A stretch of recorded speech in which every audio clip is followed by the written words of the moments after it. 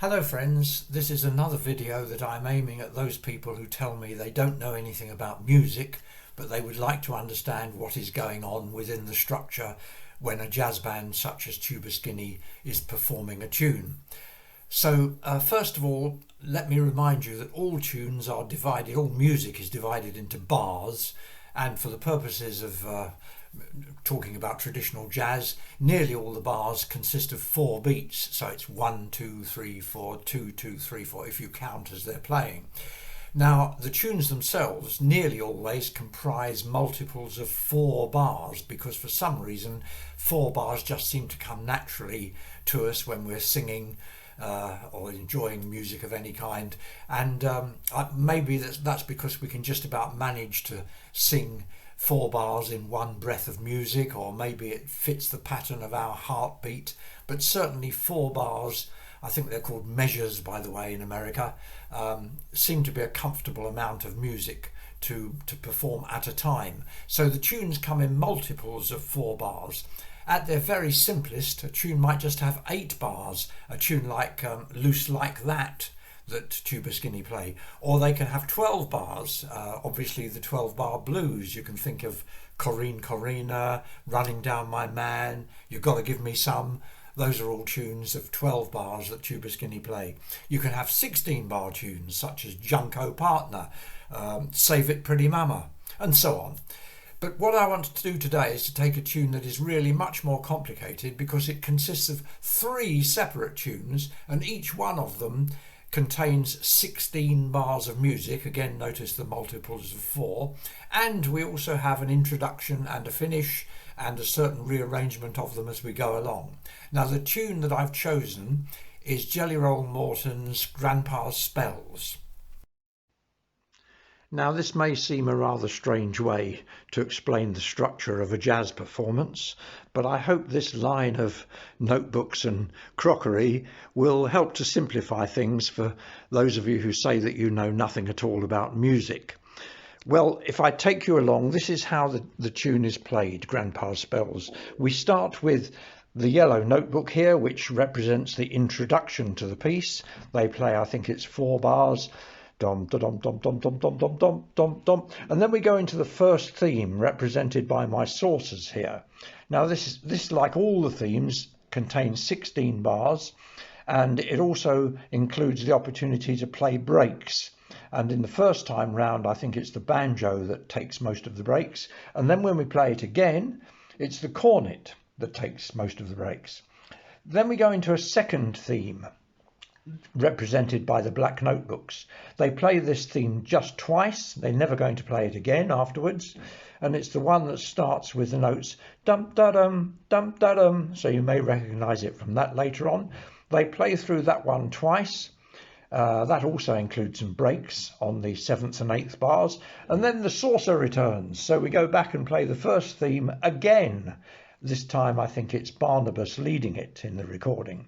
And then something really abrupt happens. Here the key changes completely.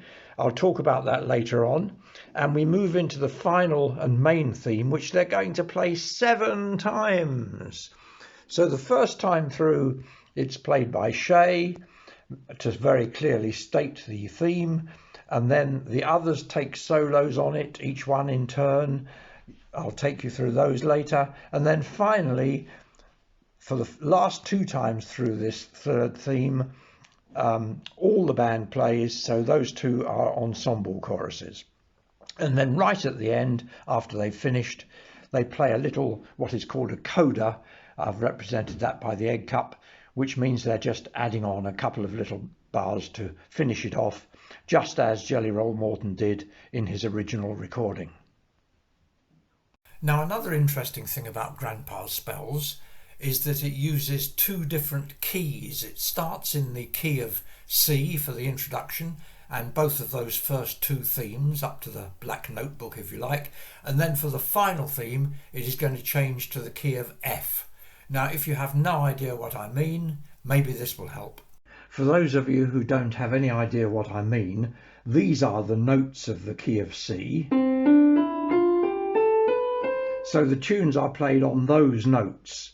And as you'll notice on the piano, they happen to be all the white notes. So we start with a melody, a couple of melodies in fact, that entirely use that key. Right, the time has come for us to start listening to Tuba Skinny playing this tune, and as I said, they begin with a little introduction which sets up the key of C, and it is of course 4 bars, and the 4 bars roughly climb up the ladder 1 2 3 4 1 2 3 4 3 4. So there's your 4 bars. Here they are playing the introduction.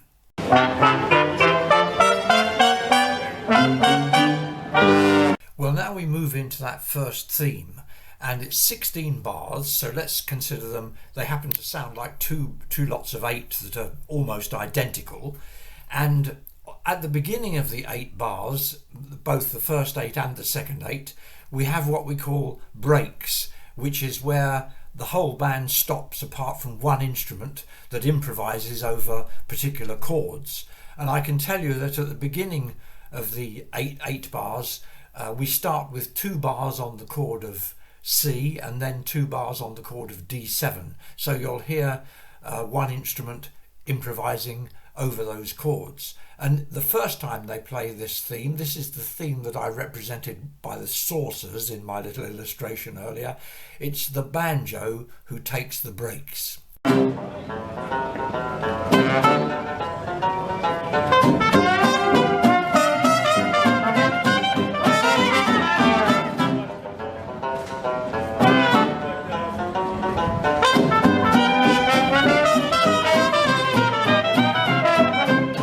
And now we hear those same 16 bars again, same chord sequence, but this time with the cornet taking the breaks.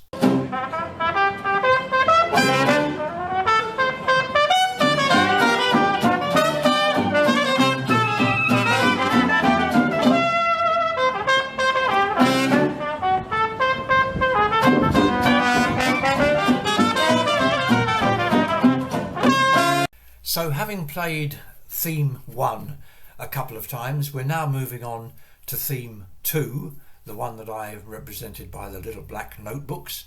This also is 16 bars, and again it's 8 bars followed by an almost identical 8 bars. And this is also the one that begins dum da dum dum da dum. Now theme B, or the second theme, starts with these very distinctive notes. Bom ba bom, bom ba bom. The first time they're played, it's against this chord, which is the D7th chord, and then it goes to the G7th chord, and then to the C chord. So that's something to listen for. Every time you hear the second theme, it begins,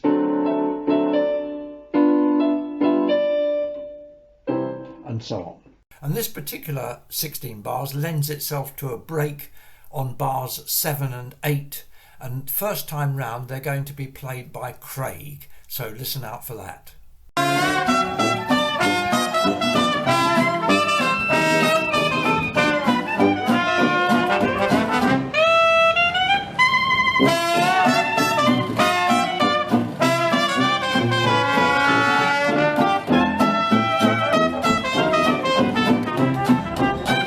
So did you notice that at the end of that first time of playing through that theme, Shay leaned towards Craig, meaning she wanted him to lead in playing it a second time through.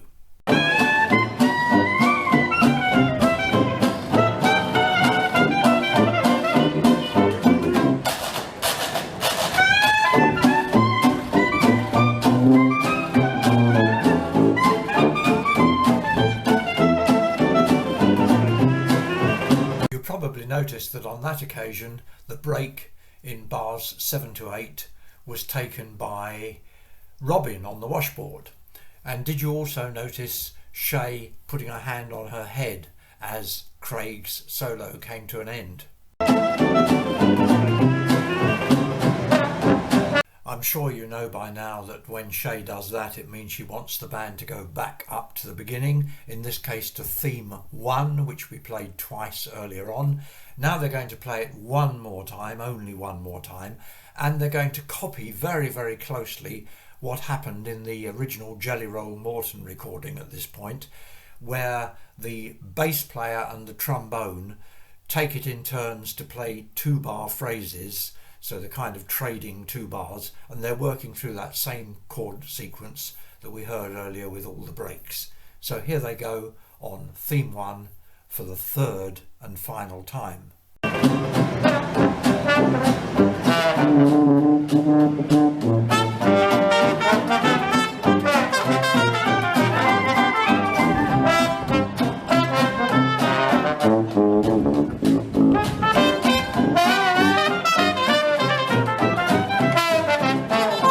So having played that first theme, we don't bother to play the second one again. We jump now directly to the 3rd and final theme that we're going to stick on for the rest of the piece.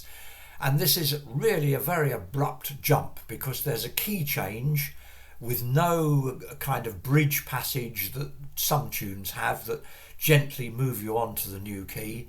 We just jump immediately from the key of C to the key of F and the new melody, which again is 16 bars, and again it's more or less 2 lots of 8, which are very, very similar, and they start off dum da da da da da da da each time round. Right, so up to this point we've been playing in the key of C, if you remember, using these notes.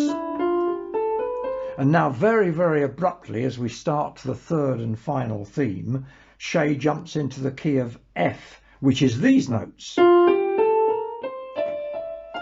So it's that's the F chord. So we've gone from the key of C to the key of F, and the tune will remain in the key of F until the end. So now let's hear that final theme in the key of F, 16 bars. It starts something like da da da da da da da da. Let's hear it for the first time being played out of the 7, and it's being played as a solo by Shay.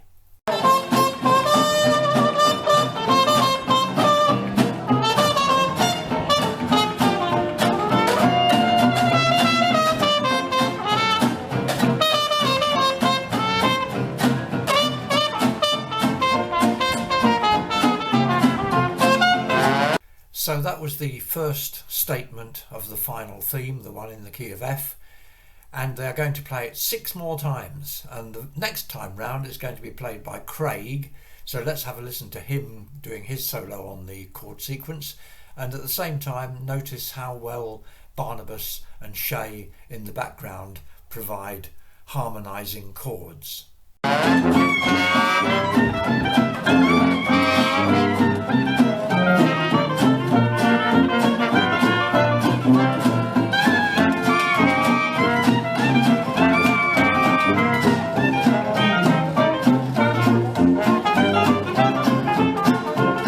You notice Shay leaning towards Barnabas at the end there, indicating that he's going to take the next solo chorus. So we're going to get Barnabas playing the 16 bars, and then the ones after that will be played by Jason and Todd. So that's 3 lots of 16 bars coming up, each in turn by Barnabas, Jason, Todd. Let's listen to those total 48 bars.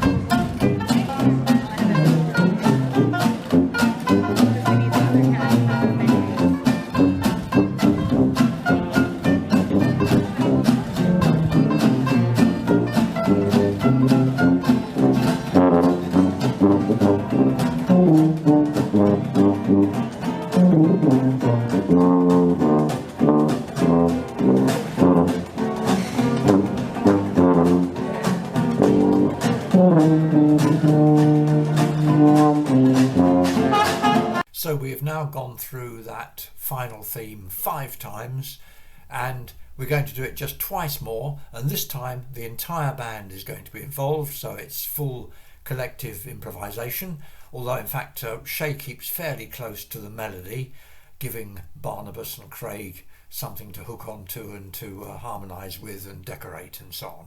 So here are the final two choruses of Theme 2, the theme in F.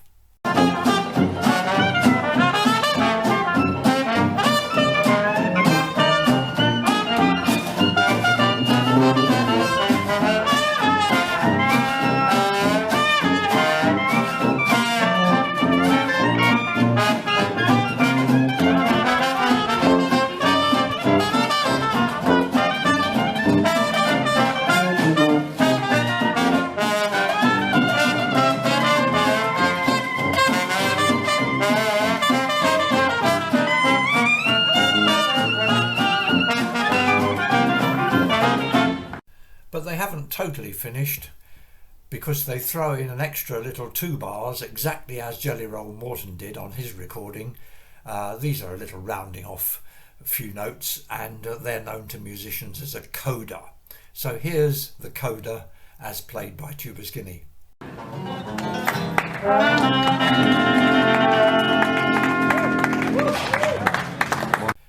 Well, I'm going to leave you with the complete performance by Tuba Skinny of Jelly Roll Morton's Grandpa's Spells, and I hope that while you're watching it you'll be able to understand all those different little segments and how the 3 themes are played and intertwined and so on. From me for now though, it's goodbye.